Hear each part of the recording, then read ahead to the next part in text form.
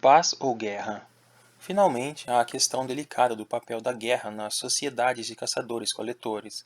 Alguns acadêmicos imaginam as antigas sociedades de caçadores-coletores e argumentam que a guerra e a violência só surgiram com a Revolução Agrícola, quando as pessoas começaram a acumular propriedade privada. Outros estudiosos sustentam que o mundo dos antigos caçadores-coletores era excepcionalmente cruel e violento. Ambas as escolas de pensamento são castelos no ar, conectados à Terra pelo fio tênue de restos arqueológicos escassos e observações antropológicas dos caçadores-coletores de nossos dias. As evidências arqueológicas são intrigantes, mas muito problemáticas. Os caçadores-coletores de hoje vivem principalmente em áreas isoladas e inóspitas, como o Ártico ou o Kalahari, onde a densidade populacional é muito baixa e as oportunidades de lutar com outras pessoas são limitadas. Além disso, nas gerações recentes, os caçadores-coletores têm sido cada vez mais submetidos à autoridade dos estados modernos, que evitam a eclosão de conflitos em grande escala. Estudiosos europeus tiveram apenas duas oportunidades de observar populações grandes e relativamente tensas de caçadores-coletores independentes: no noroeste da América do Norte no século XIX e no norte da Austrália durante o século XIX e no início do século XX. Tanto as culturas ameríndias quanto as aborígenes australianas testemunharam frequentes conflitos armados. É discutível, porém, se isso representa uma condição atemporal ou o impacto do imperialismo europeu. As descobertas arqueológicas são escassas e opacas. Que pistas reveladoras poderiam restar de qualquer guerra acontecida há dezenas de milhares de anos? Não havia muros nem fortificações na época, nem bombas de artilharia, ou mesmo espadas e escudos. Uma ponta de lança antiga pode ter sido usada na guerra, mas também pode ter sido usada para caçar. Ossos humanos fossilizados são igualmente difíceis de interpretar.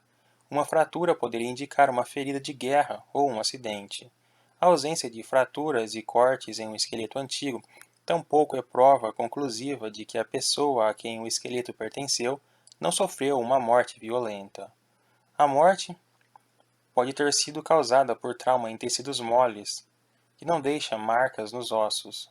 O que é ainda mais importante, durante as guerras pré-industriais, mais de 90% das mortes ocorriam por fome, frio e doença, e não por armas.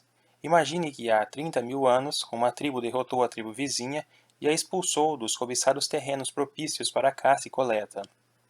Na batalha decisiva, 10 membros da tribo derrotada foram mortos. No ano seguinte, outra centena de membros da tribo perdedora morreu de fome, frio e doença. Os arqueólogos que se deparassem com esses 110 esqueletos poderiam concluir facilmente que a maioria foi vítima de algum desastre natural. Como poderíamos afirmar que todos eles foram vítimas de uma guerra impiedosa? Devidamente alertados, podemos agora nos voltar para as descobertas arqueológicas. Em Portugal, realizou-se um levantamento de 400 esqueletos do período imediatamente anterior à Revolução Agrícola. Apenas 2 esqueletos apresentaram marcas nítidas de violência. Um levantamento similar de 400 esqueletos no mesmo período em Israel revelou uma única fratura em um único crânio, que poderia ser atribuída à violência humana.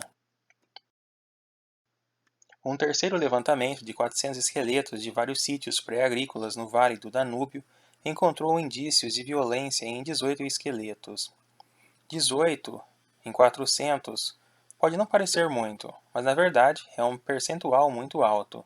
Se todos os 18 realmente foram mortos de forma violenta, significa que cerca de 4,5% das mortes no antigo Vale do Danúbio foram causadas por violência humana. Hoje, a média global é de apenas 1,5%, considerando guerras e crimes. Durante o século XX, apenas 5% das mortes humanas resultaram de violência humana. E isso em um século que viu as guerras mais sangrentas e os maiores genocídios da história. Se essa descoberta for representativa, o antigo Vale do Danúbio foi tão violento quanto o século XX. As descobertas deprimentes sobre o Vale do Danúbio são corroboradas por uma sequência de descobertas igualmente deprimentes em outras regiões. Em Jabel Sarraba, No Sudão, descobriu-se um cemitério de 12.000 anos contendo 59 esqueletos. Pontas de flecha e de lança foram encontradas, incrustadas ou caídas perto de ossos de 24 esqueletos, 40% dos encontrados. O esqueleto de uma mulher revelou 12 ferimentos. Na caverna de Ofnit, na Baviera, os arqueólogos descobriram os restos de 38 caçadores-coletores, em sua maioria mulheres e crianças, que foram atirados em 2 valas.